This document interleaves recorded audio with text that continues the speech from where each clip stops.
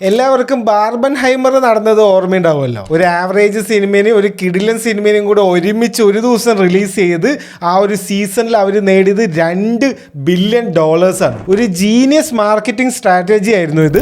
പിന്നെ പഴയ കഥയൊക്കെ മറന്നോളൂ, ഒരു കിടിലൻ ഒരു ഗുഡ് ന്യൂസ് വന്നിട്ടുണ്ട്. ഇത് നടന്ന ഒരു സംഭവമായിരിക്കും. പണ്ടത്തെ പോലെ ചെറിയ കളികളൊന്നുമല്ല, വലിയ കളികളാണ് വരാൻ പോകുന്നത്.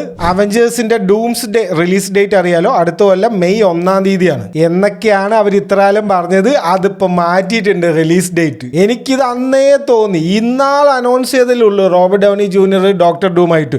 അപ്പോഴേക്കും സ്ക്രിപ്റ്റ് ചെയ്ത് ഷൂട്ട് ചെയ്ത് അടുത്ത കൊല്ലം റിലീസ് ചെയ്യും. ഇത്രയും കാസ്റ്റും ക്യാരക്ടേഴ്സും ഇതൊക്കെ എങ്ങനെ ഇവർ സോൾവ് ചെയ്യുമെന്ന് ഞാൻ അന്ന് ആലോചിച്ചു. അതുപോലെ തന്നെ ഇവർക്ക് അതൊന്നും പറ്റില്ല. അവർ ആ ഒരു ഡേറ്റ് അവർ മാറ്റിയിട്ടുണ്ട്. എങ്ങോട്ടാണ് മാറ്റിയത്? അതാണ് കാര്യം. 18 ഡിസംബർ 2026 മാറ്റിയിരിക്കുന്നത്. അറിയാലോ, ആ ഒരു ക്രിസ്മസ് സീസണാണ്, ആ ഒരു ഹോളിഡേ സീസണാണ്. അവിടെയാണ് ഒരു ക്ലാഷ് വരുന്നത്. അതേ ദിവസമാണ് നമ്മുടെ ഡ്യൂണിന്റെ തേർഡ് പാർട്ട് ആയിട്ടുള്ള മെസ്സയ റിലീസ് ചെയ്യുന്നത്. ഡിസ്നി വേഴ്സസ് വാർണർ ബ്രോസ് ആണ് ഇവിടെ നടക്കുന്നത്. പുതിയൊരു പേര് ഇട്ടിട്ടുണ്ട്, ഡ്യൂൺസ് ഡേ. ലാസ്റ്റ് ടൈം ഇത് നടന്നപ്പോൾ വാർണർ ബ്രോസിന് ഭയങ്കര ലാഭമായിരുന്നു. ഓപ്പൺഹൈമറിനെക്കാളും കളക്ഷൻ ആയിരുന്നു ബാർബിക്ക്. ആ ഒരു കോൺഫിഡൻസ് ഉള്ളത് കൊണ്ട് തന്നെ ഡ്യൂണിന്റെ റിലീസ് ഡേറ്റ് മാറ്റില്ല എന്നാണ് ഇപ്പൊ എല്ലാവരും പറയുന്നത്. വാർണർ ബ്രോസ് ആയതുകൊണ്ട് ഒന്നും പറയാൻ പറ്റില്ല. ചിലപ്പോൾ ഡിസംബർ 1 ആയിരിക്കും അവർ റിലീസ് മാറ്റുന്നത്.